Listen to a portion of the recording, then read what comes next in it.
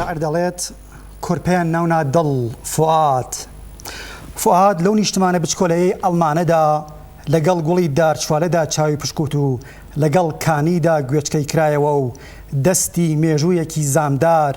مەڵاشووی هەڵدایەوە و بای وەشت ڕایژەنی و لە دوایشدا لەگەڵ بێچووە پڵنگێکدا پێی گرت و لەگەڵ بای کارەساتدا گەورە بوو. ئەو بۆ یەکەم جار هەژاری و نانی برسی و ئاوی چەوساوە پرسیاریان لا دروست کرد و زوڵم ڕای چڵەکاند و ڕەنگی پەڕیوی کێڵگەکان و جوتیارەکان و باڵی شکاوی باڵندەکان و پەراسووی دەرپەڕیوی منداڵان پەیامێکیان دایە دەستی. هێشتا ئەو خونچە لە یەک عومردا بوون کە پاییزی عومری وڵاتەکەی بینی. هێشتا ئەو نەونەمام لە یەک تەمەندا بوون کە زریکەی ژنانی وڵاتەکەی بیست و قامچی سەرجەستەی ئەوانی بینی. هێشتا ئەو یەکەم باڵەفڕەی کۆتر لە یەک تەمەندا بوون کە خولانەوە و سوورانەوەی داڵەکانی سەرسەری بینی. سڵاو خۆشەویستان، ئەم کاتە و هەموو کاتێکتان باش. هەروە کاگادارن نۆی خەرمانان ساڵوەگەڕی گیان بەختکردنی هاوڕێی ڕابەر کاک فوادی مستەفا سڵتانی بەڕێوەیە. تەورەی ئەم شەوی بەرنامەی ئێوە ڕۆژهەڵات لەسەر ئەم پرسەیە و ئێوە خۆشەویستانش دەتوانن لا ڕێگای ئەو ژمارەنەوە کە لەسەر شاشەی ڕۆژهەڵات تیوی دەیبینن بە پێی مەجال دەتوانن بەشداری لە بەرنامەکەدا بکەن و ئەو ئازیزانش کە ئیمکانی ئەوەیان هەیە لە ڕێگای وایبەر واتساپ و لاین دەتوانن پەیام بۆ ئەم بەرنامەیە بنێرن و لەسەر شەهیدبوونی کاک فوادی ڕابەر دەرس و ئەزمونەکانی و هەر چشنە بۆچوونێکتان بوو دەتوانن بە پەیام بۆ ئێمەی بنێرن و بەشداری لە بەرنامەکەدا بکەن. دوێنێ چواری پوشپار ساڵوەگەڕی تێرۆری هاوڕێ وەڵامی کەشاوەرز بوو کە لە وڵاتی قەبرێز لەلایەن تێرۆریستانی کۆماری ئیسلامیەوە تێرۆر کرا. وەروەها ئەمڕۆژ 5 خەرمانان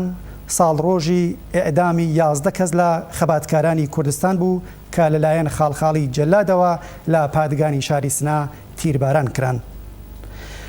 لە ڕێگای ئەم بەرنامەوە جارێکی دیکە بەڵێن و وەفا تازە دەکەینەوە لەگەڵ ڕێبازی ئەو خۆشەویستانە و هاوڕێی ڕابەر کاک فوادی مستەفا سڵتانی. تەوەرەی ئەم شەوی بەرنامەکەمان لەسەر ئەم پرسەیە و سەرەتا بۆ ئەوەی کە نەوەی نوێی خەباتکاری کوردستان بزانن کاک فوادی مستەفا سڵتانی کێ بوو، ژیان و بەسەرهات و ئەو مێژوەی کە تۆماری کردووە چی بووە، راپۆرتێک لەسەر ژیانی سیاسی کاک فواد دەبینین و دەبیستین و پاشان دێنەوە لای میوانی بەڕێزی بەرنامە کاک ئەبوبەکری مودەڕەسی ئەندامی دەفتەری سیاسی و کۆمەڵە و جێگری سکرتێری کۆمەڵە. ئێستاش راپۆرتەکە دەبینین و دێینەوە خزمەتتان.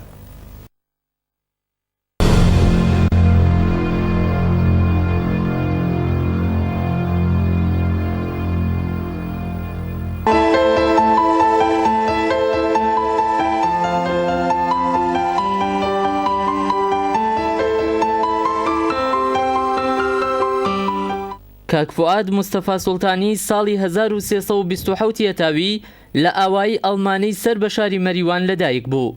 دەورەی منداڵی تا تەمەنی نزیک 10 ساڵی لە ئاڵمانە تێپەڕ کرد و لە قوتابخانەی گوندەکە تا پۆلی چوارەمی سەرەتایی دەرسی خوێند.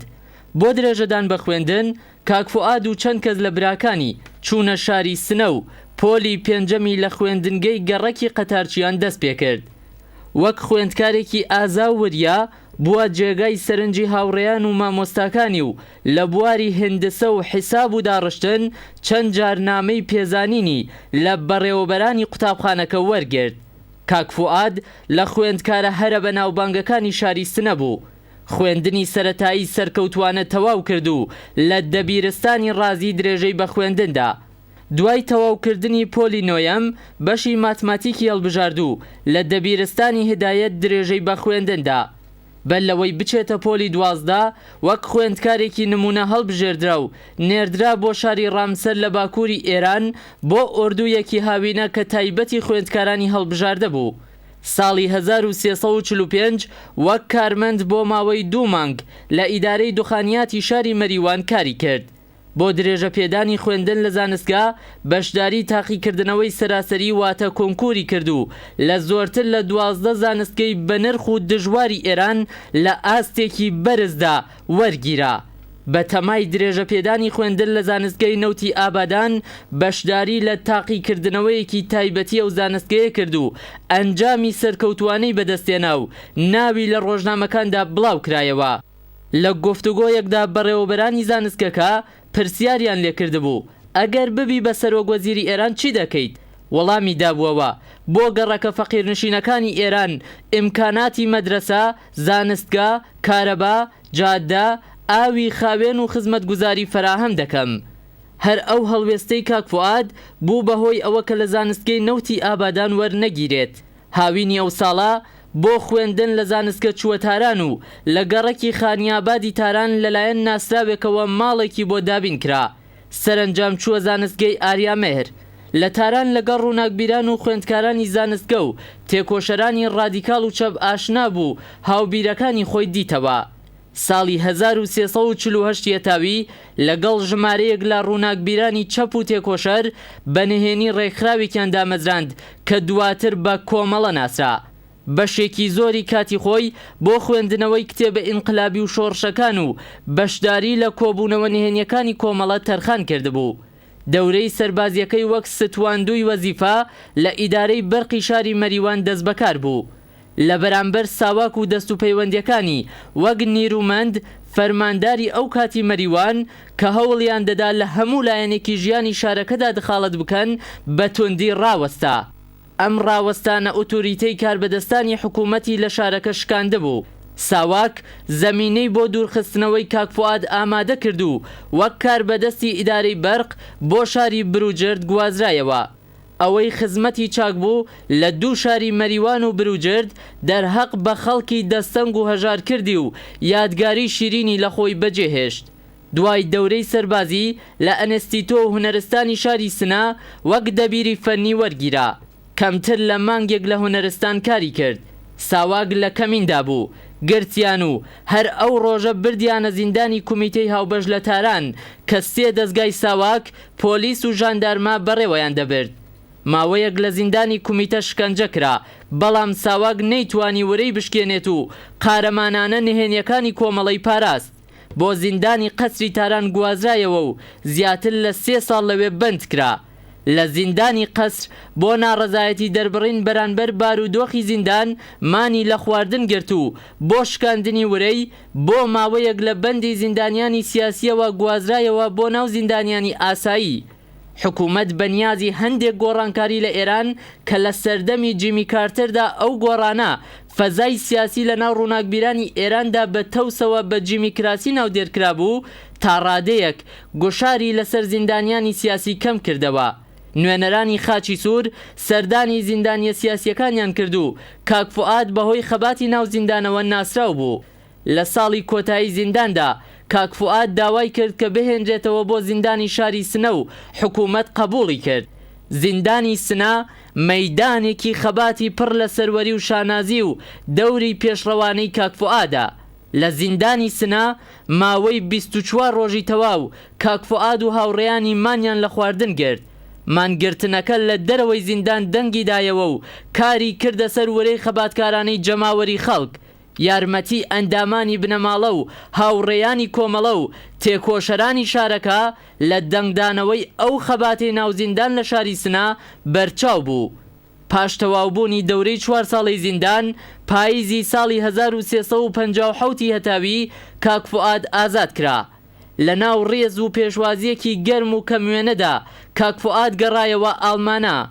گوندەکە بۆ ماوەی 10 ڕۆژ بوو بە ناوەندی کۆبوونەوەی ژمارەیەکی بەرچاو لە کەسایەتیە سیاسی و دۆست و ناسیاو کە لە دوور و نزیکەوە هاتبوون بۆ بەخێراتنەوەی کاک فواد. کاک فواد لە سەروبەندی ڕاپەڕیندا بە وزە و شەوقێکی یەکجار زۆرەوە چالاکیەکانی خۆی پەرە پێدا و ئەم جار وەک ڕابەرێکی ناسراو لە ڕێنوێنیکردنی خەباتی سیاسیدا دەوری گێڕا. لە خەباتی زەحمەتکێشانی بێلوو دژی خاوەن مڵکەکان هەتا سەرکەوتن دەوری سەرەکی گێڕا و بە بۆنەی سەرکەوتنی خەباتەکە لەگەڵ هاوڕێیانی کۆمەڵا جەژنێکیان لە ئاوایەکە بەرپا کرد و لە وتارێکدا پیرۆزباییان لە جەماوەری خەڵک کرد. کاک فواد لەو 11 مانگەی دوای زینداندا هەموو توانا و کاتی خۆی بۆ خەباتێکی لێبڕاوانە لە پێناو ماف و ئازادیەکانی خەڵکی ژێردەستە و چەوساوەدا لە کوردستان تەرخان کردبوو. لە ماوەی نزیکەی 2 مانگدا یانی لە 23هەمی مانگی پوشپەڕەوە هەتا 9 خەرمانانی ساڵی 1358 بەڕێبەری کاک فواد ژمارەیەک لە هەستیارترین بەناوبانگترین و گەشتترین ڕووداوەکانی مێژووی کۆمەڵە و خەباتی سیاسی کوردستان و ئێران هاتە ئاراوە. کۆچی خەڵکی مەریوان، ڕێپێوانی حەماسی و گەورەی گەنجانی کچ و کوڕی سنەبەرە و مەریوان، گفتوگۆی ڕاستەوخۆ لەگەڵ دوژمن، سەرکەوتنی کۆچ، ڕێپێوانی گەنجانی سەقز، بانە، بۆکان و سابلاغ بەرەو مەریوان و پاشەکشەی سیاسی هێزی کۆنەپەرستی لە کوردستان، پێکهاتنی شورای مەریوان و هەتا دوایی چەند نمونەی خەبات و ڕووداوە سیاسیەکان بە ڕێبەری کاک فواد بوون. بە بۆنەی دەوری بەرچاوی کاک فوادەوە بوو کە ئەو کات دەگوترا مەریوان مەریوان سەنگەری ئازادگان. بەڕاگەیاندنی فتوای جەهاد لە دژی خەڵکی کوردستان قۆناغێکی دیکەی خەبات و خۆڕاگری لە کوردستان دەستی پێکرد. لە بەرامبەر لەشکرهێنانی حکوومەت و بۆمبارانکردنی شارەکان و گول لە بارانکردنی بە کۆمەڵی تێکۆشەراندا شەپۆلێکی بەرینی خۆڕاگری چەکدارانە لە کوردستان کەوتە ڕێ. کاک فواد لە ڕابەریکردنی ئەو خۆڕاگریەدا دەورێکی گەورەی هەبوو. کاک فواد پێش بیستنی هەواڵی تیربارانکردنی 9 گیانبەخت کردووی مەریوان کە دوانیان کاک حسێن و کاک ئەمین برای بوون لە شاری بانە بوو. لە بانە لەگەڵ هاوڕێیانی کۆمەڵا لە چەند کۆبوونەوە و دیدار لەگەڵ بەڕێزان مامۆستا شێخ عێزەدینی حوسێنی، دکتۆر عەبدوڕەحمانی قاسملو، مام جەلال، شێخ جەلال حسێنی، نوێنەرانی سازمانی چریکەکان و نوێنەرانی پەیکار بەشداری کرد و پاشان بۆ ڕێکخستنەوەی کۆمەڵا بەرەو مەریوان گەڕایەوە. لە گەڕانەوە بۆ بانە لە شەڕێکدا لەگەڵ هێزە سەرکوتگەرەکانی ڕژیم لەگەڵ بەڕێز تەحمورس ئەکبەری ڕۆژی 9 خەرمانانی ساڵی 1358 تاوی واتە هاوینی 1979 زاینی لە نزیک ئاوایی بسام گیانی بەخت کرد. بە گیان بەختکردنی کاک فواد کۆمەڵە و بزوتنەوەی شۆڕژگێڕانی کوردستان خەسارێکی گەورەی لێکەوت.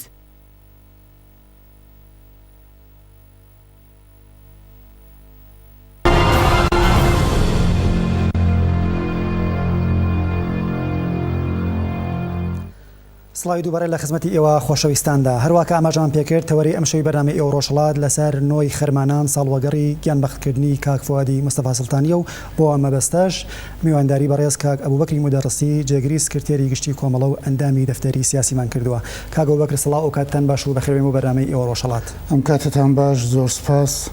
سڵاو دەنێرم بۆ بینەرانی ئەو بەرنامەیە، هەروەها مەمنون نەبینی دەکەم لە ئێوە و ستافی بەرنامەکە. زۆر خۆشحاڵم کە جارێکی دیکە بزانم جاری دووەمە لە خزمەتی بینەراندا دەبم لەو بەرنامەیە. بەڵێ سپاس کاک ئەبوبەکر. هەروواکە لە راپۆرتەکەیشدا بە جۆرە لە جۆرەکان ئاماژەی پێکرا کاک فواد زۆر زوو بوو بە ڕێبەرێکی کاریزمە و خۆشەویستی کۆمەڵانی خەڵکی کوردستان. ئەو فاکتەرانە چی بوون کەوای کرد کاک فواد بێت بەو ڕێبەرە؟ بە بڕوای من ئەوە زەحمەت نییە لەو فاکتەرانە بگەڕین. مشکل لە مردی کاک فواد و ئەو شتێک کە جێگای داخە لەو مردەدا ئەوەیە کە کاک فواد کەمژە بۆی بتوانێ استعداد و توانایی کەپاسیتە و زەرفیەتی خۆی کە زۆر زۆر لەوە بوواتە ئەم کاتە تا کاتی شەهید بوونی دەرکەوت بوو دەری بخات و لەو ڕێگایەوە هەم بزوتنەوەی کوردستان هەم بە تایبەتی بزوتنەوە کۆمەڵایەتەکانی سەردەمی خۆی ببات بەرەو پێشەوە و دەور و جێپەنجەیەکی زۆرتری دیار بێ لەو بزوتنەوەیە. کاک فواد من ئاشنایەکەم بۆ جاری یەکەم لەگەڵ کاک فواد لە زیندان دەست پێ دەکات. ئەوەندەیە من ناسیمووی لەو مۆردەدا کاگەر پێویست بوو بچینە نێوەردەکارەکانیدا پێم شەخسیەتێکی زۆر زۆر وشیار و باهۆش بوو. ئەو مقدمە و پێشەشەی کە لە بەرنامەکەدا جۆماندایە دەورانی مەدرسەی دەورانی دانیشگای هەموو نیشان دەدا کە ئێمە لەگەڵ یەکێک لە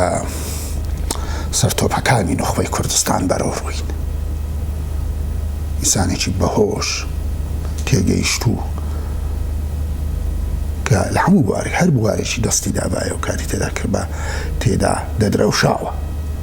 جاواگەر خوێندن بواە و کاری کۆمەڵاتی بواە و کاری شۆڵ بواە و وەگەر سیاسەت بواە فەرقی نەبوو بۆ کاکوات بەڕاستی بەبێ هیچ گونە تەعەسوبێک سەر تۆپی نوخبەی ئەو کاتی کوردستان بوو و هەرو جورێکە لە ڕاپۆرتەکەدا باسی دەکا شەهید بوونی لەو ماوە کورتەدا زۆر خەسارێکی گەورە بوو زۆر دیارە بە قەولی فارسی لە ئاوە ڕەفتەرا بەجووی باز نەمیتەوان گەرداند و ئەو شتێکە قەوماوە ئەو خەسارە گەورە کەوت بەڵام هەر ئەوەندەش کە فواد توانی باوجودی وەک دەورێکی زۆر کەم بوو دوایی قیام بەولاوە دوای کە جمهوری ئیسلامی هاتە سەرکار بەڵام هەر لەو ماوە کورتەش جۆرێک سنەت و جۆرێک کاری بەجێهێش بۆ هاوڕێیانی ئەو سەردەمەی کە ڕاهبەری کۆمەڵە بوو لەو سەردەمە میژۆ کادرێکی کۆمەڵە وەک ئەندامیش کۆمەڵە لە خزمەتیاندا بوو کارم دەکرد هەر ئەوەندە بە بڕوای من بەشی ئەوەندە کافی بوو کە بێ کاک فوادیش بتوانن ئەوان لەسەر بەستێنی ئەو سنەتانی ئەو داینابوو و ئەزمونانەی ئەو نیشانیدا بوو ئەو جنبشەوە زوتنەوەی بەڕێوە ببن بهێنە پێشتا ئێستەکە بەڵێ کاک ئەبوبەکر کاک فواد هەروە کە بینەرانی خۆشەویستیش ئاگادارن پاش ڕووخانی دەسەڵاتی پاشایەتی نزیک بە 11 مانگ خەباتی ئاشکرا و عەلەنی لە کوردستاندا بوو لەو سەروبەندەدا لە سەروبەندی شۆڕەشی 57 و دواتر نەقشی کاک فواد چی بوو؟ پێم خۆشە شتێک بڵێم لەو مۆردەدا من دەزانم پێش کاک فوادیش ئێمە لە کۆمیتەی ئینقلابی حزبی دیموکراتدا چێرە و عناسورێک دەبینین وەک ئیسماعیلی شەریفزادە مەلاوارە کە بە جۆرێک لە جۆرەکان چەپایەتی لە بزوتنەوەی کوردی نوێنەرایەتی دەکەن بەڵام بە بڕوای من ئەگەر بمانەوێ دەستپێک و سەرەتای دروستبوونی باڵی چەپ و باڵی سۆسیالیستی نێو بزوتنەوەی کوردی دەستنیشانکەیت دەبێت بینەوە سەر کاک فواد و سەر کارەکانیە لەو 11 مانگەوە تۆ باسی دەکەین کاک فواد و دەگەڵ باقی هاوڕێیانی کارکامیشی دیارە ئەوانیش جێگە و پێگەی خۆیان هەیە ئالا و ڕەوتە بۆ یەکەم جار و بە معرفیکردن و ڕێکخستنی حزبێکی سیاسی تازە کە کۆمەڵە بێت لە واقعدا بە شێوەیەکی ڕێکخراو جناحی چەپ و باڵی چەپی ئەو بزوتنەوەیان هێنا نێو مەیدانی خەبات و بزوتنەوەی خەڵکی کورد باڵێک کە تێیدا نەتەنها سادقانە و بە تەواوی مانە بە دوای مافە زەوتکراوەکان و مافە پێشێلکراوەکانی گەلی کورد بەعام دەچێت عەتفێکی تایبەتی هەیە بۆ ڕێخستن بۆ بەرەو پێشبردن بۆ شیارکردنەوە بۆ ئاگاهکردن و بە تایبەتی ڕێخستنی خەڵکی زەحمەتکێش و هەژار چینە بندەستەکان توێژە بندەستەکان کاک فواد لەو 11 مانگەدا ئەمەی وەک سونەتێک بەجێهێشت بزوتنەوە کۆمەڵایەتەکان کە بینەرانی خۆشەویست و تایبەتی لە ئەنگرانی کۆمەڵ دەزانن زۆر جاران لەنێو لەسەر زمانی وتەبێژەکانی کۆمەڵە و لە مساحبە وتوێژەکاندا لە نووسراوەکاندا کۆمەڵەی پێناسە دەکرێت حزبی بزوتنەوە کۆمەڵایەتەکان کاک فواد نمونەی بەرجەستەیەوە بوو ڕچە شکێنی ئەو خەسڵەتە تایبەتی و ئەو خەسڵەتە بەرجەستەیەی کۆمەڵە بوو کە ئەتقادی بەوەیە کە گۆڕانکارێک گەورەکانی مێژوو بەدەستی خەڵکی زەحمەتکێش و بە ئیرادەی ئەوانە بۆیەش هێزی ئەسلی خۆی هێز زۆربەی هەرزۆری وزەی خۆی تەرخان دەکا بۆ ئەوەی کە بە وزوتن ئەوانە کۆمەک بکات ڕێکیان بخات و وەڕێیان بخات و بێت کاک فواد لەو ماوەدا بەشی هەرە زۆری ئەو کاری کردووە کاک فواد لەو ماوەدا دیارە فعالێتیشی حیزبیشی بۆ بەمانی کۆبوونەوەهای حیزبی قسەکردن فران و لەو دەورانە کە دەورانێکی لەو ئاخیدا ئینتقالی بوو کۆمەڵە لە ڕێکخراوێکی نهێنی بە شیدەت مەحدود ببێتە حیزبێکی جەماوەری زۆر شت دەبواە دوبارە قسەی لێکرابا و زۆر کارکرا زۆر ئەرسە و تاکتیک دەهاتە پێشێک کۆمەڵە پێویستی نەبوو پێشتر بەڕاستی تێدا معادڵاتی تازە هێنایەکایەوە معادڵاتی تازە هێناکایەوە دەبواە مزاکرەت کرد دەبواە بەتەوری عەلەنی ڕوو بە جەماوەریشی زۆر قسەت کرد تشکیلاتیشی نهێنی ئەو پەڕی لە مەجلیسێکی نیوە نهێنی نیوە ئاشکرا لەوانەیە بەرەو ڕوو بێتەوە دەگەڵ 10 نەفەر 12 نەفەر خەڵک بەڵام دوای ئەوەی کە شۆڕشی دژە پاشایەتی ئێران ئەو مەزالەی ڕەخسان بۆ هەموو کەس کە بتوانین لە مقابلی جەماوەری گەورە قسە بکەیت لەوێدا ئێستادادەکانی کاک فواد گەشەی دەکرد ئەو ئێستادادانی کە لە مەحیتی تەنجی زیندان لە مەحیتی تەنجی تەشکیلاتی مەخفی مەجالی بروزیان نەبوو گەشانەوە پشکوتن و من ئەگەر زۆر قسەکە درێژ نەکەمەوە جوابی پرسیارەکەی دەتوانم بێمەوە ئەو 11 مانگە لە پەنا کاری حیزبی لە پەنا فعالیت کاری ئەسلی کاک فواد بریتی بوو لە سەر و ساماندان بەو بزوتنەوانە ڕێخستنیان و بەو شێوەی هێنانە مەیدانی جەماوەرێکی زۆر بۆنی و بزوتنەوە. بەڵێ کاک بوو لە وتەکانی بەڕستە ئاماژەت کردەوەی کە لە بزوتنەوە جەماوەریەکان و خەباتی مەدەنی و ئەوانە کرد. یەکێک لەو بزوتنەوە جەماوەریانەی خەباتی جوتیاران بوو لە ناوچەکانی کوردستاندا. ڕۆڵی کاک فواد لەو بارەوە چی بوو؟ بەڵام پێشەوەی کە وەڵامی ئەو پرسیارە بینەوە پەیوەندێکمان لەگەڵا. سڵاو لێ بێ و ئەو کاتتان باش. بەڵێ فەرموو.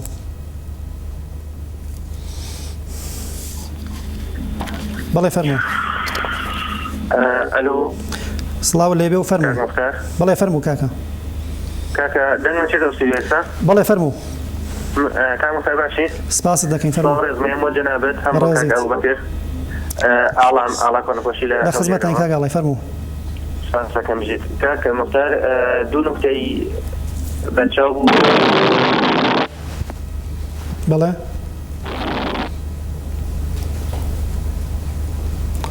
بەڵێ کاگاڵا فەرموو. بەڵێ بەداخەوە کار ئەبوو پەیوەندێکمان. بەڵێ پرسیارەکەم ئەوە بوو. دەتوانانی جارشکەی دووپاتکەوە لە وتەکانی بەڕێستە ئاماژەت بە بزوتنەوە جەماوەریەکان و خەباتی مەدەنی و ئەوانە کرد کە کاک فواد ڕۆڵی باشی بوو لە کوردستاندا. یەکێک لەو بزوتنەوە کۆبەڵایەتیانەی کە کاک فوادی کرد بە یەکێک لە ڕوخسارە سیاسەکان و یەکێک لە ڕێبەرانی خۆشەویست پێکهێنانی یەکێتی جوتیاران و باخی بزوتنەوە کۆمەڵایەتیەکان بوو لە کوردستاندا. ڕۆڵی کاک فواد لەو بارەوە چی بوو؟ کاک فواد هەم ڕۆڵێکی ڕەحبەری لە ئاستی تیۆریسیێن و لە ئاستی لێکدانەوەی وەزعەکە و ئەوانەی بوو ئەوەندەی من بزانم من هاوکاری نزیکی کاک فواد نەبووم لەوە مەیدانەدا بەڕاستی وای دایەوەش ناکەم کە لە هەموو وردەکارەکانی فکری کاک فواد لەو مۆردەدا بتەبتێنم مەسەلەی یەکێتی جوتیاران هەموو ئەوانە ئاگادارم ناوان نییە من هەموو ئەندازەی من بەخۆم لێکم داوەتەوە کاک فواد و ئەسەن ئەو شتە جالبێ کە لە مۆردی کاک فواددا بۆ کەمتر لە مۆردی خەڵشیریکەدایەوەی هەم لە ئاستی تیۆریسیێنی بزوتنەوە زاهر دەبێت و دەتوانێت لێکدانەوە بکات دەتوانێت جایگای بزوتنەوەکە دیاری بکە و هەم لە ئاستی چالاکێکی مەیدانی لە هەردوو گاسدا زاهر دەبێت کاک فواد هەم تەوزیحی دەدا کە بۆچی کۆمەڵە دەبێ ئێنێرژی و ئیمکاناتی ئینسانی سیاسی خۆی بخاتە خزمەت ئەم بزوتنەوەی جوتیارەکانی دارساوێن بزوتنەوەی جوتیارانی وە زەمینیان دارسێران ببەخشە زەمینیان وەرگرت بوو و لە خەتەریەوەدا ئەم زەمینەکانیان وەرگیرێتەوە و مالکانی کە زەمینەکانیان تەقسیم کرد بوو بە هیوایەوە بوون کە دەوڵەتی جەدید کە دەوڵەتێکی زیدی شایە و زەمینانیان وەرگرێتەوە کاک فواد دەیزانی ئەو بزوتنەوەیەکی دفاعی خۆی لە نێو خۆیدا بەڵام ئەهەمیەتەکەشی دەزانی ئەهەمیەتی متحیدکردنیان وە هەموو ئەوانە بەڵام لە هەمان کاتدا وەک یەکێک لە ئەندامانی ئەو یەکێتێت فەرجی لەشان دەکرد و دەهات و لەگەڵ دانەدانیان قسەی دەکرد کارە وردە عملیەکانی جێبەجێ دەکرد کاکفوان نەبوو کە خۆی فقط ئەو یعنی ئەو کەسە نەبوو خۆی فقط محدود کاتەوە بە پرسە گەورەکان بە پرسە ماکرۆکان خۆی دەگەڵ پرسە میکرۆکانیش خەریک دەکرد و ئەوە خسلەتێکی زۆر بەرجەستەی بوو. کاکفواد وەک لە هەمان کادا مەبەلغێک بۆ کۆکردنەوەی ئیمکانات و کەرەسە و بنەمایەکی باش ژێرخانێکی باشی ماڵی بۆ بچنەوەش کاری کرد. بەڕاستی زۆر جاران هەر سێ کاری بەیەکەوە دەکردن بخۆم لە سەفەرەکانی بووە شارەکانی دیکەی کوردستان شاهیدیەوە بووم هات مەهاباد و باسی دەکرد و باسی دەکردن و ئەوانە ئەو کەمتر مەسەن قسەی دەویست زۆرترەوەی دەویست چەچیان بۆ بکرێن پوڵیان بۆ کۆکردنەوە ئیمکاناتیان بۆ فراوانکردن بۆش دەتوانم بڵم کاکفوات هەم ڕێکخەر بوو هەم تەدارکات چی ئەو بزوتنەوە گەورەیە بوو و هەم خۆشی فعالێکی مەیدانی بوو بۆ حل و فەسلی مەسائل و کێشە مەیدانیەکانی ئەو بزوتنەوەیە بۆیش بەڕاستی هیچێتی جوتیاران و بزوتنەوەکەی بێ کاکفوات دەسەن معنی نادا. بەڵێ کاکە دێمە وڵات ئێستاش کاک حسەینی ئیزەدی یەکێک لە پێشمەرگە دێرینەکانی کۆمەڵە و یەکێک لەو کەسانە بووە کە نزیکایەتێکی زۆری بۆ لەگەڵ کاک فواداوە لەم ئاخرانشدا کتێبێکی لەژێر ناوی مەریوان لەژێر داربەڕوەکاندا نووسیوە لە وڵاتی ئەڵمان. ئێستاش کاک حسەینمان لەگەڵە. کاک حسەین سڵاو ئەو کاتتان باش. سڵاو کاک کەماڵ لە خۆت و میوانی مختارم. بەڵێ کاک هەبوو. بەڵێ کاک حسەین سپاست دەکەین. ئەو خەسڵەت و تایبەتمەندیانە چی بوون وا کاک فوادی لەو کورتماوەدا کردە ڕێبەرێکی جەماوەری و شاخص لە کوردستاندا؟ من ڕەنگە زۆرترم لەوە پێ نەبێ کە کاک هەبوو وتی بەڵام ئەتوانم ئەوەی پێزیا بکەم کە ئەتوانم تەنها ئەوەی پێزیا بکەم کە کاک فواد نەتەنها زانا بوو نەتەنها ئەیزانی تێگەیشتوو بوو بۆ مبارزە ئەو تیژ بوو ئەو ئەیزانی کام مەراحل مبارزاتی خەڵکی زوو تەشخیصەدا ئەوەی تو ئەو زۆر خصوصیات تری بوو ئەو خەڵکی ئەناسی چۆن بڵێن جەماوەری ئەناسی مبارزەکەی ئەناسی ئەیزانی خەڵک تا چ ڕادەیە توانایی هەیە ئەو شێوە مبارزە باتە بەر و زووش دەرکیەکرد لەکوێ ئەوە ببڕێ و بە جۆرێتر ئێدامەی بە ئەوانە جز و خصوصیات دەتمەند ڕاهبەرانێکن کە ئێمە بەداخەوە زوو نەمان ناسی ئەو کاتەی ئێمە گەرم بووین بە شەیدبوونی وامان نەزانی تەنها ناڕەحەتەوە بووین کە ڕەهبەرێکمان فەرماندەیەکمان لە دەست دەرچووە بەڵام ڕۆژ بە ڕۆژ و ساڵ بە ساڵ ئەوە ئەبینین کە واقعاً جێی خاڵیە بۆ ئەوە بۆ حتا لە مبارزات مەدەنیۆ گرفتە تا چەکداریۆ تا تشکیل ئۆرگانەکان ناو شار لە هەموو بوارێکە ئەو خەڵسوڕاو بوو ئەو پێشڕەو بوو مەسەڵەن لە هەوڵین جارێکە ڕژیم لە بەینجوو یا حکوومەتی پاشایەتی نەما ئەو ئەوەڵین کەسێ بوو کە چووە ناو شارەبانی مەریوان و بۆ چەککردنی کەوتە بەر خەڵکۆ لە بەر خەڵکۆ بوو من شارحاڵ بووم لەلایە بووم ئەو وەختە ڕۆیشتە ناو شارەبانی وتی جەناب سەروان ئەوەی تر ئێوە کاتتان بەسەر چووە چوونەتە ناو زەبڵدانی تاریخ ئیتر شۆڕشە و حکوومەتی شایەتی نەماوە یا لە بوارەکان ترا مەسەڵەن یەکێتی جوتیاران لەو وەختە ئاغەواتەکان یا عەشایر ئەنجومەنهای عەشایریشتیان تەشکیلەدا دروستە کرد گەرەکیان بوو ئەو دەستکەوتانەی خەڵک بفێننەوە کە جوتیاران دوای ئەسلاحات ئەرزی بە دەستیان هاورد و کاکفواد فۆری لە فکرەوە بوو و لە ناو خەڵکە یەکێتی جوتیارانی مەسەڵەن سازماندا و ئەوەیش بڵێن کاکفواد سازمانیدا نەوەک ئەوەی کە بەنامەی بۆ بنووسێت و بێژێ ئەوە من خەریکم ئەو بەنامە سازمانەدەم بەڵکو خەڵکی ئەکەوتە بەرخ هیچ خۆی کێشتە بووە کەوتە بەرخ خەڵکۆ بەڵام خەڵکی فێر مبارزە کرد خەڵکی فێر مبارزە کرد بۆ دوای ئەوەش بۆ باقی ئۆرگانەکان تر مەسەڵەن لە مەریوانە فرێ ئۆرگانهای خەڵکی دامەرزا لە سازمان زەنان و نازانم کانون دامەجویان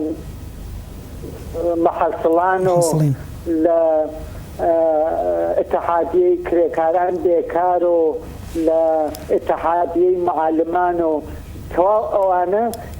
ئەوانە ئەو مێعمار دروستبوون ئەو ئۆرگانانە بوو بەڵێ کاک حسین ئەو ڕاستەوخۆ نەیە کرد بەڵام پێشنیاریە کرد فۆری لە تەرەف خەڵکۆ قبوڵە کرا و ئیجرا بوو بەڵێ کاک حسین هەروە کە بینەرانی خۆشەویستیش مێژویان خوێندوەوە ئاگادارن کاک فواد ڕئیسی شۆرای شاری مەریوان بوو ئەوەی کە ئێمە لە مێژوودا خوێندمانەتەوە ڕۆڵێکی باشی بوو لە چارەسەرکردنی کێشە و گرفتەکانی ناوشار و تەنانەت کێشەکانی ناو خودی شۆرای شاری مەریوان ڕۆڵی کافواد لەو بارانەوە چی بوون؟ ڕۆڵی کاک فواد دیارە سخەنگوی شورای شار بوو بەڵێتان فەرموو بەڵێ فەرموو سخەنگوی شورای شار بوو هیچێ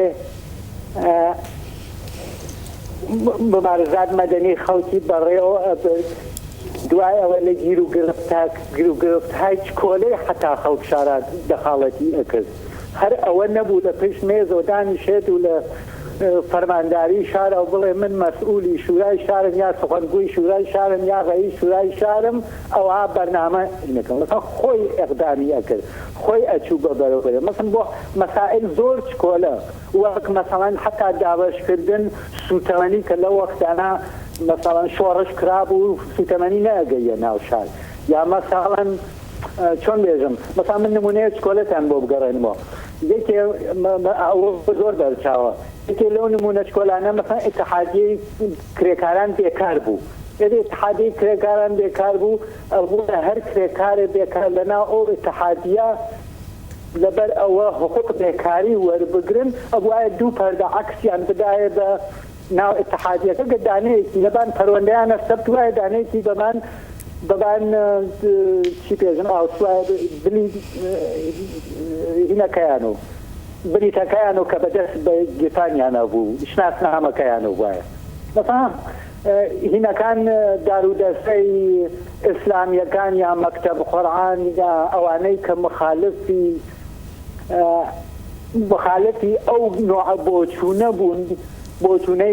بۆچوونە بوون تبلیغیان کردو بەناو خەڵکی فەقیرە کە بابە ئەمانە کۆمونیستن ئەمانە نازانم ئەیانەوەیەکی یەکێ لە پەردێ لە عەکسەکانتان بۆ رووسیە بنێر مثلا ئالۆنەوە تەبلیغانە گشتی سەرسام داناوە نەیەزانی تەواو کرێگاران هجومیان هاوردبووە بەر مەسەڵەن ئیتحادیەکە داوایان نەکرد نە عەکسەکەمان تێ بدەنەوە خەڵکی فەقیر نەیانەزانی چی کرد لە ئاشا ڕەفیقەکان کۆمەڵە ئەوانەیشی کە لەلا مدیریت ئەو دەفتەریانە کرد تێما بوو نەیانەزانی چی بکرد مثلا کافواد فۆری هاتۆ جەمەنزم تیژەکەی کافواد چییە کارۆرە فۆری هاتۆ وتی دەبا ئەوە چییە زوو بلی زوو عەکسەکەیان پێ بنەوە عەکسان بۆ چییە بەمان پەروەردەگای هەرەوەنە نامە و ناو و ئیمزایان بزێت دوای ئەوە ڕفیقەکانی بیریان کردو ئەوە بۆ ئێمە عەقڵمان بەوە نەشکا منظورم تیژیەکەی کافوادە لە مەراحل چکۆلە یا مەسەڵەن لە کۆچ مەریوانە لە ئەوەڵەوە فرێ لەو حزبانە فرێ لەو ڕۆشنبیرانە فرێ لەوانە مخالف بوون یان خەڵک ئیمکانی نییە تەواو شارێکەوە بێ ئەم کافواد پیشنهادی کرد و فرە قاتعانە چووە پێشی و وتی و خەڵکیش بە قەولیان کرد خەڵکیش هیچێ بە قەولیان کرد و فۆری بە شەو ڕۆژێکدا تەواو شار چۆڵ بوو 25,000 نەفەر جەمەعەتی بوو کەم نییە دوای چەند حەوتوو ئەیزانی کافواد خصوص تیژەکەی منزور لەواسا ئەوە ئیزافەکەم بە قسەکەی کابوو تیژەکەی لەوا بوو کە ئەو دوای چەند هەفتوو ئەیزانی قدرەت خەڵک و ماوەی خەڵک و تاقەت خەڵک تا ئەو مەرحەلەیە لەوە زیاتر نییە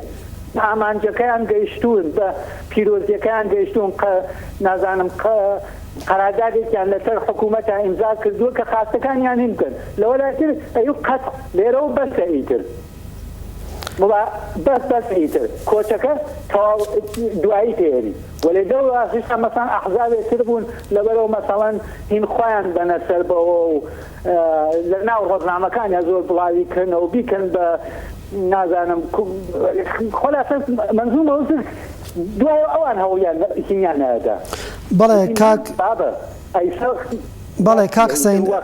مەزم ئەو کە ئەو ناسین مۆقعیەت خەڵکە بە دەربەسبوونی بۆ خەڵ بزانینی مەنافع خەڵک تاکوێ بڕاکات بەڵێ کاک حسین ئەروواکە لە کتێبەکەیشدا ئاماژەت پێکردووە لە یادی 2500 ساڵەی جێژنی شاهنشاهیدا کە ئەو کات کە کاک فوادی مستەفا سڵتانی بەرپرسی ئیداری بەرقی شاری مەریوان بوو بەرقی شار دەکوژێتەوە هەر بەو بۆنشەوە ئەوەی کە من مێژوو خوێندێتەوە لە ڕفەکانی دیکە بیستومە کاک فواد تەبعید دەکەن بۆ شاری بروجێرد چ زانیاریەکت هەیە لەو بارەوە؟ کاک مختارگیان من لەو وەختا جوان بووم بەڵێ من لەو وەختا کاک مختار جوان بووم و بەتایبەت دوای ئەوە کە دوای ئەوە بووم بە پێشمەرگە و هاتمە دەرەوە بەبوون شت هەیە کۆ من نەخۆشیەکم توش بووە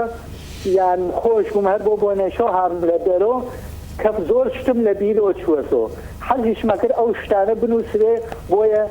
بۆ بە ڕۆمانێ وەک ڕۆمان نووسیمە کە ئیتر تاریخ دەقیق و شتیانە ئەویشمە ئەزانم چی بووە بەڵام تاریخ و دەقیق و قسەکان و وتەکان و ئەوانمە ڕاستەکەی واو بە واو و کەلیمە بەکەیمە لەبیر نییە هێندە ئەزانم ئەو وەختە جەژن 2500 ساڵە بوو بەلە زیندە لە وەختە سپایی بوو کاک فواد ببوون سپایەکەی سپایی لە جیایی سەروازیەکەی ئەشیای ئەفسەر وەزیفە بوو ببوونە کردوێنە مەسئول بەرقی مەریوان لە مەریوانە ئێمە ئەو وەختانە بەرق سەراسەری نەبوو بەرق منتەقەی چۆن بێژم نەبوو لە هەموو شوێنەکە و بەرقەکە مۆتۆرخانەیەکی بوو مۆتۆرێ نازانم چەند کیلۆواتی کە مۆتۆرێ وای بوو ئەو مۆتۆریشە بەش گشت شاری نەکرد فقط بۆ ماڵە ساواکی ئەوانەی دەست و پەیوەندی حکوومەتی شاهنشاهی بوون ئیدارات و ماڵە دەوڵەمەند و ماڵە شت بەرق هەمیشە بوو بەڵام بۆ ماڵە فەقیر نشینەکان و ماڵە کارتۆنیەکان بە قۆڵخۆمان لە حاشیەی شارە و ئەوانە بەرق کەم بوو نەبوو جێژن 2500 ساڵی نازانم ئێوە بزانن یانە وابوو شاخ و خیابان و دووکان و هەرچی کریانە لامپدارانە کرد یانێ تۆ لەبەر مەدرسەیەکە بەر ئیدارەیەکە بەر ئیدارەی ساوات یا پۆلیسە هەزاران لامپ ڕۆشن نەبوو تەواو شار و خیابان لام بوو ئەوە هیچ نەبوو لەم لاشۆ لە محەلە فەقیر نشینەکانە بەرق نەبوو دەنگ نەبوو هەتا ئەو دەقیقە کە هین دەستی پێکرد مەراسمەکە دەستی پێکرد و ڕێژەی ئەرتەشی و ڕێژەی مەدرسەیی و نازانم ئەوەخە شێخ ئەلیسلام وەک ئیمام جومعەی مەریوان خەریک و سوخەنڕانی گەل فەوری لەو دەقیقە بڵەنگۆ و بەرق خەتا بوو بەرق هەبوو خەڵکی دەستی کرد بە پێکەنینەوە وتیان ئاها بەخوا کوڕەکە حەمەڕەشی بەک داڕەکەی حەمەڕەشیمە مەنزوریان کارفاد و کارەکەی خۆی کرد من لە وەختا تێنەگەی مەنزوریان چییە لەمە لای هاتمە دوا کوڕەکە حەمەڕەشی بە بەڵێ کاکفوادە کە هاوسەی استراوسێمان بوو ماڵێ لەولاترمانەوە بوو جوان وتیان ئەوە بوو جا لەمە لای خەڵکی ژاهاتن چوومە بە ماڵە وتیان مثلا پرسیارە بکەرێ لە باوکم لە دایم ئەرێبەوە چی بوو وتی ئەوانیان نا باسی نەکەی ئەوە کاکفواد بووە لە ڕقا و ئێمە بیستومانە جەرانەکەی ئەوەتە دوای ئەوەیشە چەند ڕۆژ دوای ئەوەیشە فەرماندارێ قەدەر قودرەتی بوو ساواکی بوو خەڵک لێ زۆر لێ ترسان ناوی نیرومەند بوو کە گویا نیرومەند کردبووی بەسەر لە تێجاکاشێ بەرق چاک کاتەوە چی کاتەوە نیمانەوە بەرق هیچ باشۆ نەبوو هەتا جێژن تەواو بوو هەرچی قەڵیاندا مهندس مەسان لە ژاپۆنەوە تێرن و نازانم کێ مۆتۆرباس تێرن و جێژن خلاصە بەرگزار نەبوو ڕۆژێ دوای جژن ئۆتۆمات بەرق کەوتەوە کار وتیان باشە ئەمە چی بوو بۆ ڕۆژێ دوای جژن کەوتەوە کار ئیتر خەڵک بەوە مەشهور بوو کە کاک فواد ئەو کارێک کردووە جژن 2500 ساڵاتگەری هاول کاک فواد بوو بەڵێ کاک ستەنگیان نەمایتر لە مەریوانە خەڵک پێیان وابوو یەکێ پێی وابوو لە زیندانە یەکێ پێی وابوو تەبعید کراوە هەموو هەر کەس شتێکی ئەوە بەڵێ کاک ستەنگیان سپاس بۆەوەی کە بەشاری لە ئەم بەرنامەیەدا کرد و کاتی بەرنامەکەش ئەڕوو لە کۆتایی دەبێت و میوانی دیکەشمان دەبێت و چەند پرسیاری دیکەشمان ماوە لە کە لە کاک ئەبوبەکری مدەڕسی پرسین سپاس بۆەوەی کە بەشداری لە بەرنامەی ئێوە ڕۆژهەڵاتدا کرد سپاس بۆ ئێوەی سپاس شەوێکی شاد کاک ئەبوو دێمەوە خزمەتت بەڕێستان هاوزیندانی کاک فواد بوون بەشێک لە خەباتی سیاسی کاک فواد لە زینداندا بوو ئەو بەشە لە مێژووی کاک فواد کە لە زینداندا بوو بۆی کە بینەرانی خۆشەویست بە تایبەت نەسڵی نوێی خەباتکاری کۆمەڵە بزان چی بووە حەزەکەین زانیارێکمان بیت. بەڵێ من نزیک بە 3 ساڵ لە زیندانی قەسری تاران هاوبەندی کاک فواد بووم بەڵام من لە ئاخری دەورانی حکومەکەم منتەقل بووم بۆ زیندانی ئێوین و دوایش بیستم کە کاک فواد بە تایبەتی دوای هاتنی نوێنەرانی سەلیبی سۆرخ منتەقل بۆ زیندانی سنەم نابرین ئەو بەشە لە زیندانی سنەوانە من نەبووم بەڵام ئەو ماوەیە لە زیندانی قەسر لەگەڵ کاک فواد بوو مەجالی زۆرم بۆ پەیدا بوو کە دەگەڵی قسە بکەم ڕازی بە مەسایلی جۆر ئەو وەختە مەسایلی تیۆریک و ڕژیمی شاد چۆنە جامە و کۆمەڵگای ئێران چۆنە تایبەتمەندەکانی و کۆمەڵگای چۆنە ئستراتیژی چەپی ئێران دەبێت چۆن بێ ئەو زۆرە مەسایلان زۆر مەسایلشی گرنگ بوون لەو مۆردانەدا من زۆرم باس کردو لەگەڵ کاک فواد هەرە جوری باسم کرد و ئەو نەتیجەی کە کردم لە وەڵام بە پرسیاری ئەوڵەکەت بەڕاستی جزئی تەجروبەی شەخسی خۆمە کاک فواد ئینسانێکی زۆر بەهۆش بوو زۆر هوشمەند بوو بیرمەند بوو فکری دەکردەوە ناڵم متعسب بەڵام پێداگریشی دەکرد لەسەر بیرکردنەوەکانی خۆی ئەمە اختلافی نەزەریشمان بوو لە مۆردی تایبەتمەندەکانی کۆمەڵگای ئێران بەیەکەوە باسمان دەکرد بەڵام من دواییش بە تایبەتی کاک فوادم قەت نەدیر کە وەک مەسەب وەک ئاین بەرخورد بکە بە ئیدۆلۆژی کاک فواد جزئی ئەو کەسانە نەبوو کە بە زۆر بێوێ واقعیەت هەماهەنگا لەگەڵ بیر و باوەڕی خۆی بۆ ئەو واقعیەت زۆر مهم بوو وەک هەموو ئینسانێکی ئەهلی عەمەل و ئینسانێکی کە بە دوای کاری واقعی و عەمەلی واقعیدایە واقعیەتی دەرەوە مهمترە بەڵام تا جگای بە زیندان دەگەڕێتەوە کاک فواد زۆر گرنگی دەدا ئەهمیەتیدا بە بردنە سەری وشیاری زیندان دەرفەتێک بوو بۆ هەمومان ئیمکانێک بوو کە بتوانین لەو ئیمکانە مەحدودانەی کە زیندان لە اختیاری دەناین کەڵک وەرگرین و ئەوە بکەین دەزانم کە بەشێکی باش لە ئەدەبیاتی مارکسیستی و لە ئەدەبیاتی چەپ بە زمانی ئینگلیسی لە زیندان بوو ڕاستەکە هەر لە زمانی تودەیەکانەوە لەو بەندانە ڕسم بوو کە ملاقاتی زیندانیەکان ئەو کتێبانیان دەهێنا بە ئینگلیسیش بوو سەفەکانی ئەوڵ و سەفەکانی ئاخرێن نەگۆری جڵەکەیان نەگۆری وەک دیکشنێری ئەو جۆرەشتە بەڵام لە واقعدا کتێبی سیاسی سەرمایە مارکس بوون کتێبە فەلسفەکانی مارکسیستی بوون ئەو کەسانی کە لەگەڵ ئینگلیسی ئاشنا بوون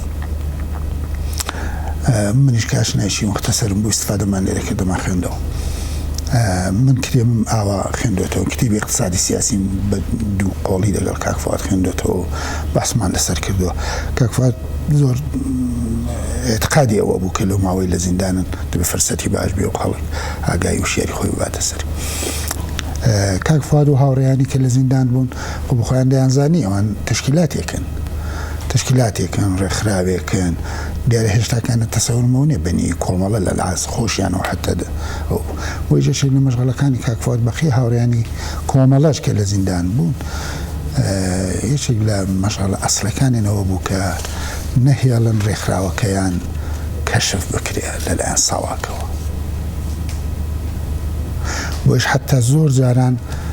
ڕەفتار و هەڵسوکەوتی خۆشیان لە زیندان لە پێناو و لە خزمەت ئەو ڕازداریە ئەو سر نیگەهداری خۆیان کە نەیان دەویست خۆیان وەک تشکیلاتی معرفی بکەن بۆیش زۆر جارم بازە حرکاتێکی کە پێ سەیر بوو خەڵک بوون کە لە نوێ تشکیلاتایکی کاملان ئاشکرا کرا و گیرا بوون چریکای فەدایی وام کە زێن چریکای فەدایی هەیە خەڵکیان لێ کوژرا بوو ئیتلاعیە بەنێ چریکای فەدایی دەدا سەبکی کاری کۆمەڵ ئەوە نەبوو ڕێکخراوەکەی مەخفی ڕاگر بوو ئیتلاعیە بەنێ ڕێکخراوەکە نەدەدا وەش زۆر زۆر بۆیان مهم بوو پێم وایە یەکێک لە مەژاڵەکانی کاک فواد بوو بەڵام لەژێرەوە کاک فواد و بەقیە هاوڕێیانی کۆمەڵەش زۆر زۆر بەشداریی چالاکانە و وردیان دەکرد لە خەباتی نێو زیندان ئێمە هەمومان لە ئەتسابەکان لە جۆرێک چەند مەرحەلەیەک هاتە پێشە لە ئەو شتێوا دەتوانین بڵین نافەرمانی عمومی زیندانیان لە مقابلی ئەو مەحدودیەتانەیە وەختە تحمیل دەکرا دەسەپاندرا بەسەر زیندانەکان لەوانەدا من هەموو هاوڕێیانی کۆمەڵە و شخصی کاک فوادیشم فعالی تۆ بەشداریمان دەکرد جاریوە بە خاتریوە تەمبێ دەکراین شەلاقمان دەخوارد باتوممان دەخوارد و زۆر جارانیش بۆ بازێک کەس سلولی کەسیش لە ئینتزاردا بوو بۆیە بەڵێ کاک ئەبوو بە بینەرانی خۆشەویستیش کە لە ڕێگای جۆرە و جۆرەوە پێمیان نردووە بۆ بەرنامەکە ئەوانش بەشداری پێ بدەین بینەرێک بە ناوی بینەرێک لە شاری سنەوە دەڵێت شەیدبوونی کاک فواد خەسارێکی گەورە بوو کە لە جەستەی بزۆتنەوەی شۆڕژگەڕانەی گەلی کوردستان کەوت کاک فواد نەتەنیا ڕێبەرێکی مەزنی شۆڕژگێر بوو بەڵکو هاوڕێ و هاودەردی خەڵکی هەژار و زەحمەتکێش و خەمخۆری بەشمەینەتان بوو کاک فواد پێشگەلەوەی کە هەندێک مهندس بوو جنگاوەرێکی ڕاستەقینەی مەیدانی جەنگ بوو و لە مەیدانی شەڕدا گیانی بەخت کرد کاک فواد ڕابەرێکی بەکردەوە شۆڕژگێر و پێشمەرگەیەکی پاک و سادق بوو یادی کاک فوادی ڕابەر بۆ هەمیشە لە دڵماندا زیندووە بینەرێک لە شاری سنەی خۆشەویستەوە بینەرێکی دیکە بە ناوی خۆی نەنووسیوە بەڵێ فواد 24 لە سنە سڵاو لە هاوڕێیانی ڕۆژهەڵات تیوی بە تایبەتی بەرنامەی ئێوە ڕۆژهەڵات ئێمە جەمع لە چالاکانی نهێنی لە شاریسنە لە ڕۆژی نۆی خەرمانان ساڵڕۆژی شەیدبوونی کاک فواد بۆ جارێکی تر پەیمان تازە ئەکەینەوە کە هەتا دوایین هەناسەمان درێژە پێدەری ڕێبازی پڕ لە ئیفتخاری کاک فواد بین و هەروەها سڵاو ڕێزی خۆمان ئاراستەی گشت خانەوادەی شەهیدانی کۆمەڵە و گشت پێشمەرگە قارەمانەکانی کۆمەڵە دەکەین کاک فوادی 24 لە شاری سنەوە بینەرێکی دیکە بە ناوی خۆی نەنووسیوە لە شاری سەوڵاوە سڵاو میۆنی بەرنمەکەتان دەستخۆشی بەرنمەکەتان لێ دەکەم کاک فواد لە ڕێگای کۆمەڵەدا ئەو زەحمەتانەی کاک فواد لە ڕێگای کۆمەڵدا کێشەی بە کتاب نووسین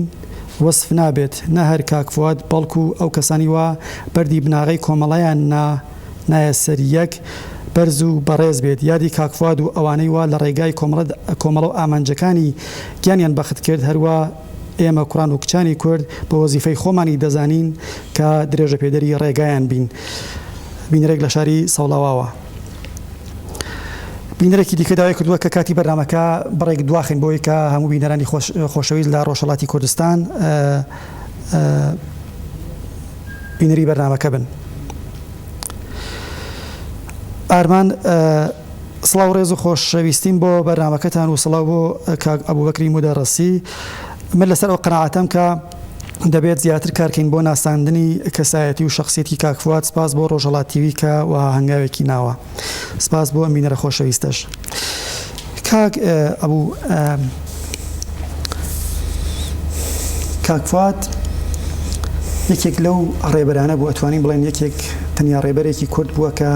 لە کوردستانی ڕۆژهەڵاتدا دوای سەرکەوتنی شۆڕشی گەلانی ئێران لە ساڵی 57دا لە خەباتی چەکداریە بە واتایەکی دیکە لە بەرەنگاری نەتەوەی خەڵکی کوردستاندا بە شێوەی چەکدارانە و لە بەرەکانی شەڕدا گیانی بەخت کرد ئەمە نیشان لە چی دەگەیەنێت؟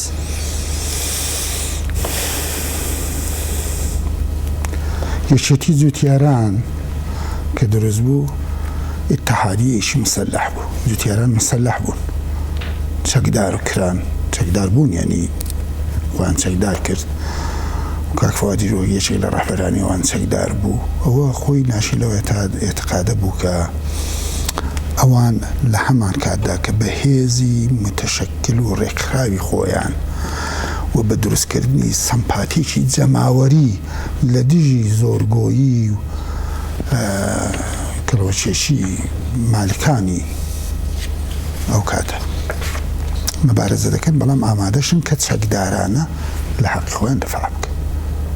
ئەوە خۆی نیشان دەدا ئەسەن لە جامعە و کۆمەڵگای وەختی کوردستان لەو بربەرەکانیە ڕوودەڕوویانە وەختێکی حتا چینی تۆژەکان لە دژی یەکتر شەمشیر لە ڕوو دەبەستن و حتا ئەو کاتێک ئیتر بەحسی دفاع و مقاومەت لە مقابلی هێز چەکدارەکانی ڕژیم دێتەوە. خەبات چەکداران چی لەو خەباتانەیە کە ناتوانانی تۆ نەدیدەی بگری و خۆتی بۆ ئامادە نەکەی. کۆمەڵە ڕوای کرد بە هێرشی جمهوری ئیسلامی لە 28 گەلاوێژ بۆ سەر کوردستان و پێشەوە وەختێکی فەرمانی حملەکە لەلایەن خۆمەنیەوە درا، کۆمەڵی ئیتلایەیدا و ئیرادەی خۆی تەسمیمی خۆی بۆ ئەوەی کە لە ڕاسی خەباتی چەکدارانەی خەڵکی کورد ئەو خەباتە ڕێحبەری بکات و بەڕێوەی برێت لە دژی هێرشی جمهوری ئیسلامی نیشانیدا کە هەر لەو سونەتەی کاک فواددا ئیدامە دەدا و دەڕوا و ئەوان. بۆیەش من پێم وایە نیشان لەوەیە حتا دواییش ئەو ئامادەژی کۆمەڵە بۆ خەباتی چەکدارانە خۆی هەم ئیدامی سونەتەکانی بزوتنەوەی کوردی بوو و هەم لێکدانەوەیەکی بابەتی سەرخودی ئەو مەسەلەیە بوو. کاک فواد کاک حوسێن یزەدی وابزانم لە قسەکانی خۆی ئەگەرە من باشم لێ حاڵی بوو بێت شارەی بە ئاماژە بە نوکتێکی زۆر باش کرد، زۆر درست، کە کاک فواد زەرفیەتی بزوتنەوەکانی دەناسی. کاک فواد ئاوا نەبوو پێواوێ بە یەکێتی جوتیارانی مەریوان دەکرێت ئینقلاب بکەی و شۆڕش بکەی و هەموو شتێ بکەی. دەیزانی بزوتنەوەکان لە هەمان کاتدا کە وزەیەکی گەورە دەبەخشن بە بزوتنەوە گشتی و دەتوانن خۆیان گۆڕانکاری گەورە دروستکەن لە ڕەوانشناسی لە وشیاری جەماوەر، بەڵام مەحدودیەتیشیان هەیە، بزوتنەوەی مەحدودیەتی خۆیە. تو بە بزوتنەوەیەکی مامۆستایان و معلمان ناتوانی شۆڕشێ بکەی یا کارە بکەی کە بزن بزوتنەوەیکی کرێکاری دەتوانێت بکەوە تا بزوتنەوەی هەموو ئەوانە ئەوە هەیە. بۆیە ئەمن بۆ خۆم شاهدی ئەو بەحسەی کاک فواد بووم دوای ئەوە کە هێرشی جمهوری ئیسلامی و فەرمانی هێرش درا. کاک فواد دەیزانی ڕۆژەکانی ئاخری دەوری یەکێتی جوتیاران خەریکە دەست پێ دەکا و کۆمەڵە دەبێت لە فیکری ڕێخستنێکی بە قووەتی حیزبی و ڕێخستنێکی سەرتاسەری کوردستانی و حیزبی بێ بۆ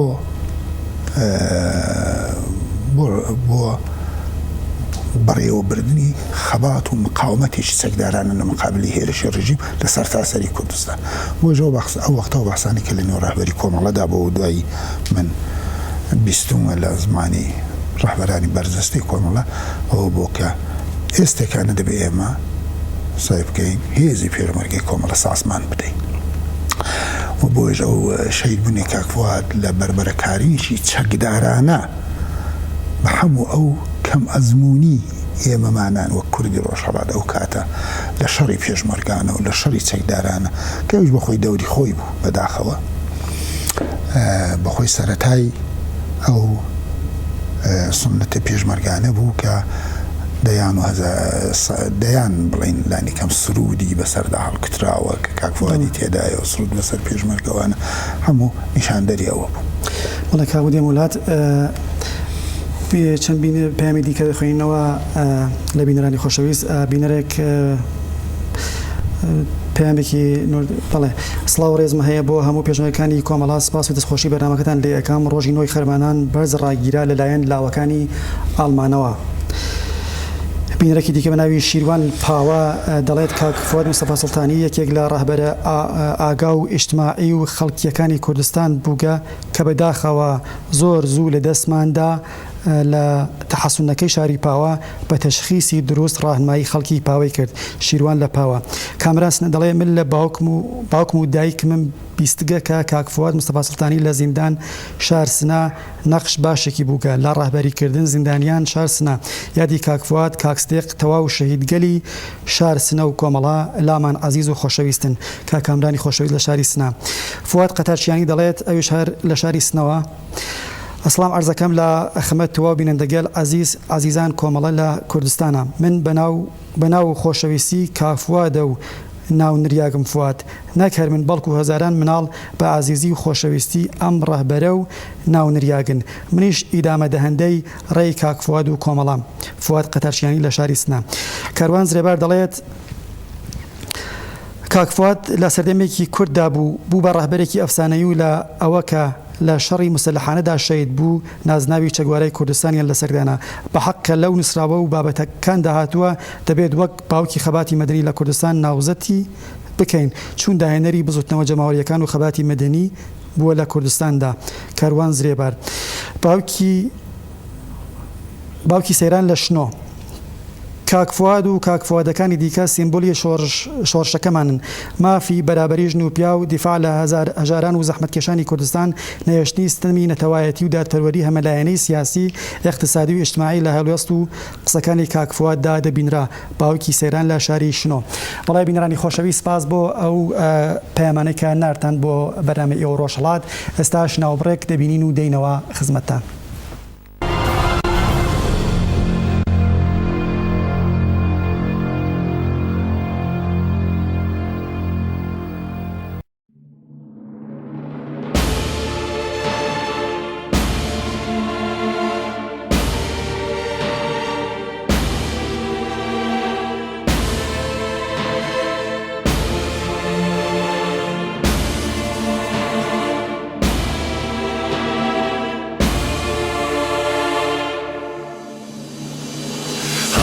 ڕاستاویم گەلەی ئارەزووی بوژانەوەی عەشق و شووری ئاگرین سەردەمی هەستانەوەی مەرگی سوورت ژینی تازەی دابەگیانی سەنگەران بەرخۆدانت مەشغەڵێکە و وا بەدەستی کۆشەران تۆ بەزانت ئەو سنوورەی دوژمنی دڵڕەشتنی وەک سرودی سەروەریمان دەنگی ئازای سەردەمی تۆ بەزانت ئەو سنوورەی دوژمنی دڵڕەشتنی وەک سرودی سەروەریمان دەنگی ئازای سەردەمی تۆ حیماسەی خۆشەویستی پڕپەیامی باوەڕی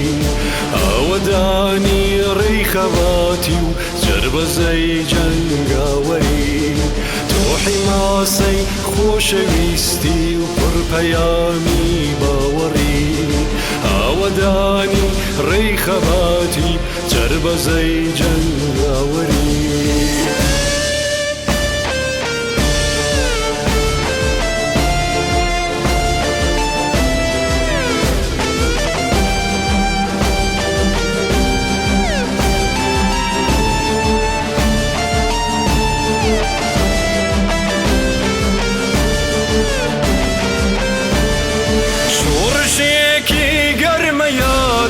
دڵنیا بە هەڵاکەی چەشنی بڕیکان سەرکێشی گڕ لە دوژم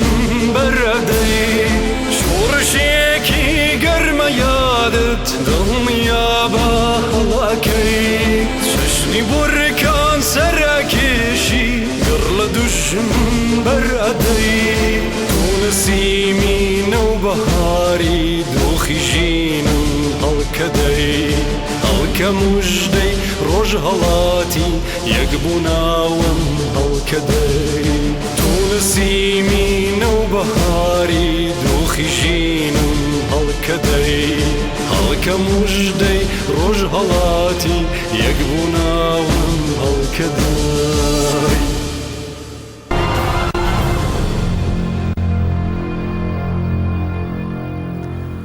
بەڵێ خۆشەویستان بینەری بەرنامەی ئێوە ڕۆژهەڵات بوون ئەوەیش کە بینیمان و بیستمان بەرهەمی هونەرمەند چیای مەدەنی بوو کە لەسەر کاک فواد خوێندنبووی سپاس بۆ کاک چیای خۆشەویست. کاک ئەبوبەکر هەروواکە لە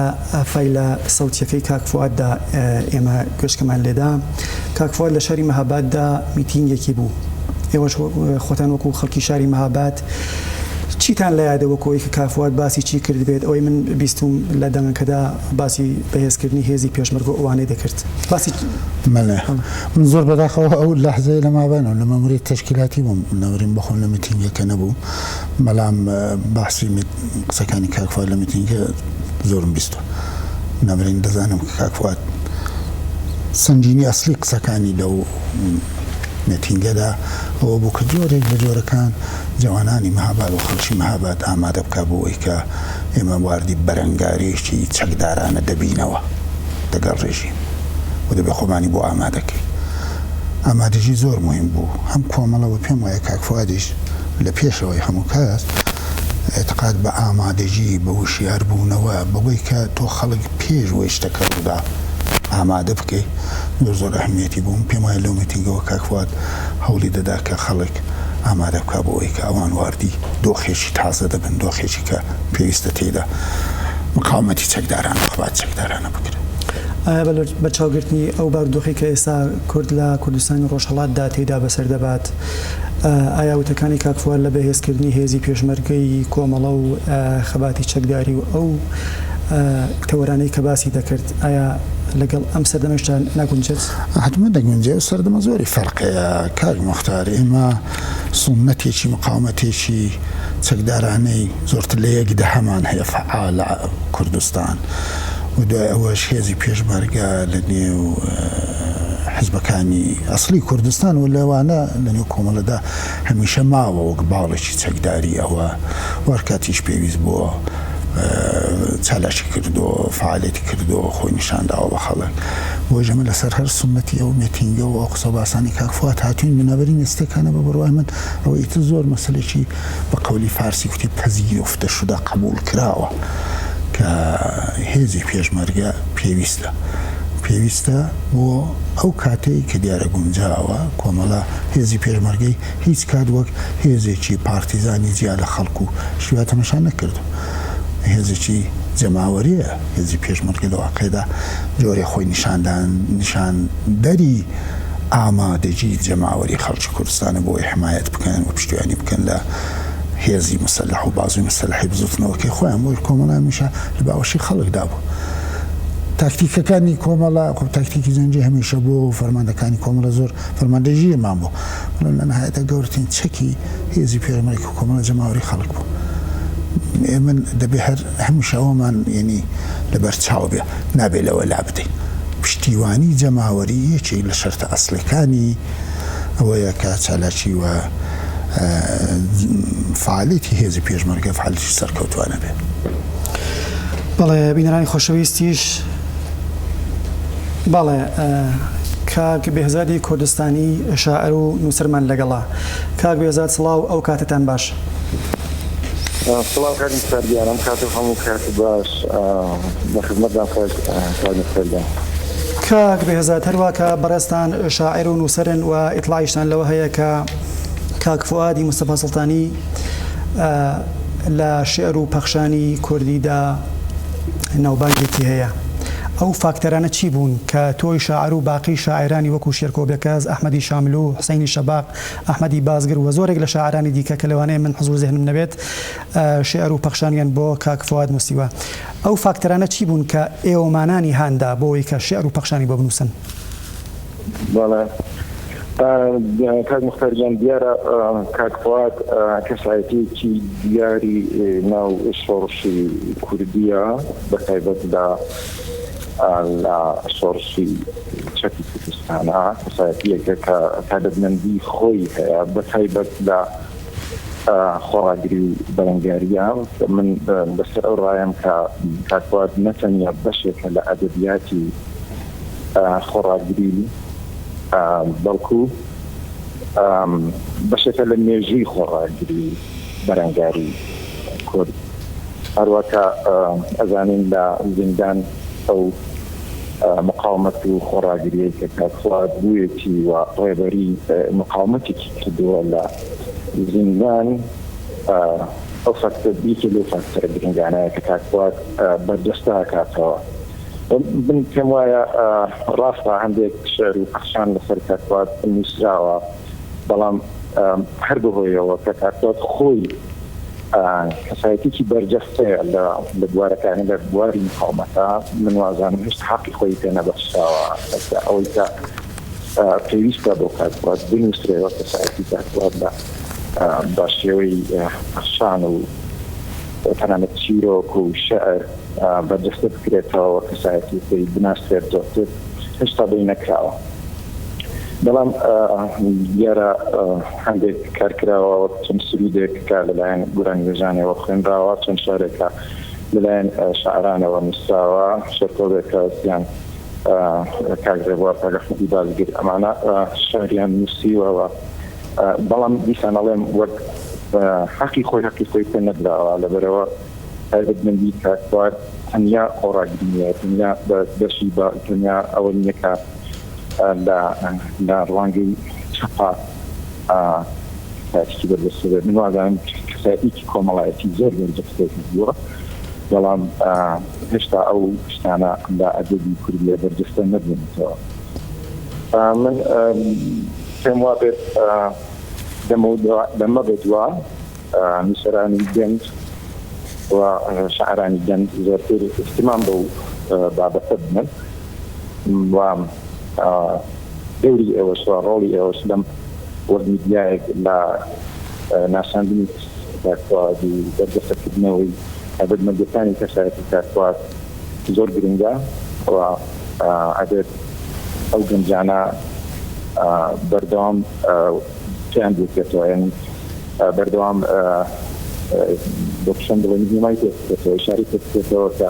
ئەمە کاتوات کەسایەتی چیوا بووە. من بەزۆ حاڵی خۆم هیچ شتێک ئەو تۆ بۆ کاتوات نووسیوە بەڵام سرودێک لە دیوانێ نامڵاوبەتەوە وابزانم تایبەتمەندیەکانی کاتوات شتیا تێبێت ئەو سرودە لەبەرەوە تایبەتمەندی کەسێکی بەرجەستەی ناو شۆڕشی چەپ ئەگرێتەوە. سرودێک بۆ ئەنجام ساڵی 1992 نووسراوە ئەی لە شاری دەست بەسەرا گرتی تاو ئەی پێشمەرگیا هەنگاو گەڵاوی گەڕ لە پێکرد و سروەی باوەش ئاوەڵا بوو بۆنی فەنگ پڕخۆرە تاو جەنگاوەری جەنگێکی سراو هەتا بەخشین فێری خاک و خاک لە مافت تاوسنەکەی تا خۆرە تاو بەسەر فەرمای گشت کۆڵانە تا بەشنەکەی دانامرچی ئەی زمانت لە ئەسپی ئەو سوار کرد و ئەی ئامادەی دڵ لە دەریای گڕاڵش و ئەی بە تاوگەی دەرونی تۆ جیهان لە پێینێکی پڕبوو تا مناڵان فێری سەما و سەما لە هەڵوێست پڕ نەبا تا تینوەتی وەک کۆلارە بەکانیا و یارینەکە دانامرچی ئەی دژمەرگی جڵەوەی شاخ لە چنگرت و ئەی پۆشاکی دەریا نەفەس لەبەر کرد و تا سەریمان بەنەرمی ئاو پۆشتەنەکەی تا زەنجیرەی زەنجیر نەچڕێ و زەنجیر لە یادی خۆی نەبەی دانامرچی ئەی دەشتی گرد بە تەماشا و هەڵمەتی ئاو پاراو کرد و ئەی درەختی لە بەهارا تەمەن پەڕبوو ئەی پەنجەرەی ڕوو لە نەفەس ئاوەڵا بوو تا دیواریش لە پەنجەرا فێری زمانی چاونەکەی هەتا زیبەت لە باڵای شار دانەماڵی دانامرچی ئەی دار گێزی دەفی نەمر لەبەر کرد و ئەی ژین بەناو زەردەخەنەی دار بەڕوا بەسەر بردو هەتا عەشق بەڕەنگیمان چەکە دیاری شاخت نەبێ تا ئاگری ستەمکاران بە تۆفانت دانامرچی ئەی چاوی تۆ پۆشاکترین شەرەفی شار ئەی ناوی تۆ دژ بەهاتی برکێتی هات هەتا گەڵا فێری نان بە شعری بێکۆتایی سفرنەکەی تا ئاڵایەک پڕ بە نەخشەی زەردەخەنا باڵامەکەی ئەی ژیانت بە دەنگاوی سپارتاک و سپاراو کرد و دانامرچی کاک مۆختاریان دیارە کاتم گرتن بەڵام سپاس کاک بێزاد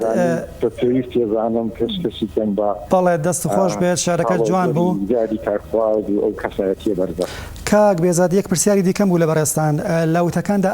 ئاماژەت بەوە کرد کە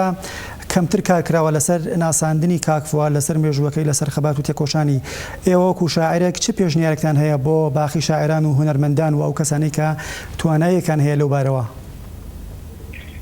کاک مختار من یەک ئاماژە بە شتێک بکەم گەنجانی دوای جیدی ئێمە یان دوایەوەی ئێمە بەداخەوە گەنجانێک نەبوون کە یا بڵێن بەداخەوە یان نازانم هەندێک کەس دەڵێن بەداخەوە هەندێک کەس داخ نابن بەداخ نابن کە لە ناوجەرگەی ئەو ڕووداوانەیە نەبوون و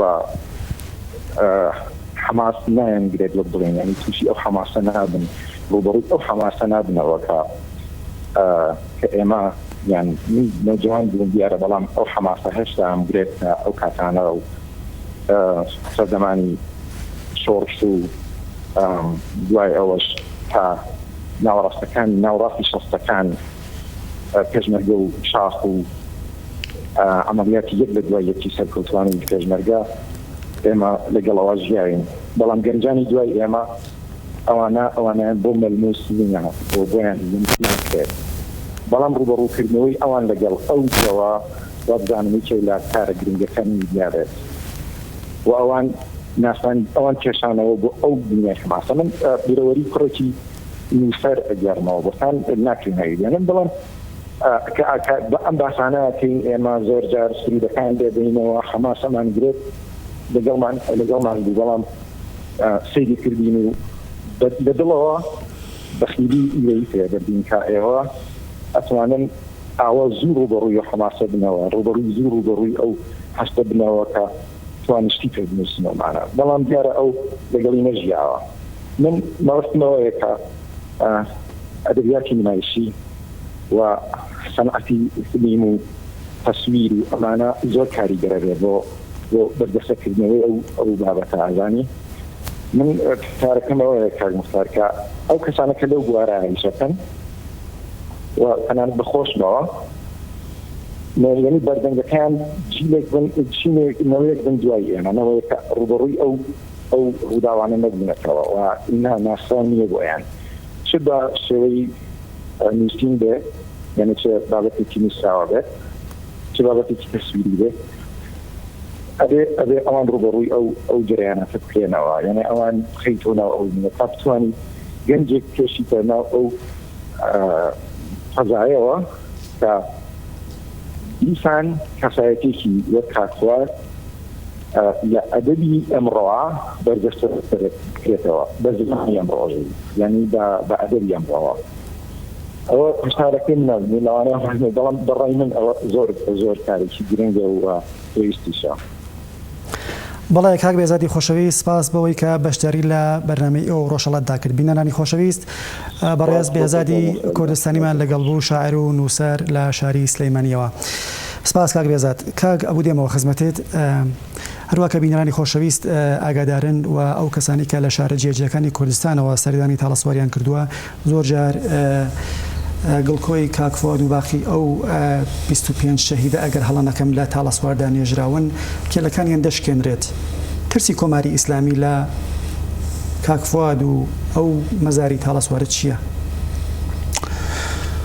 کارێکی زۆر بێ ئەخلاقانەیە، کارێکی بێ ئەخلاقیە، کارێکە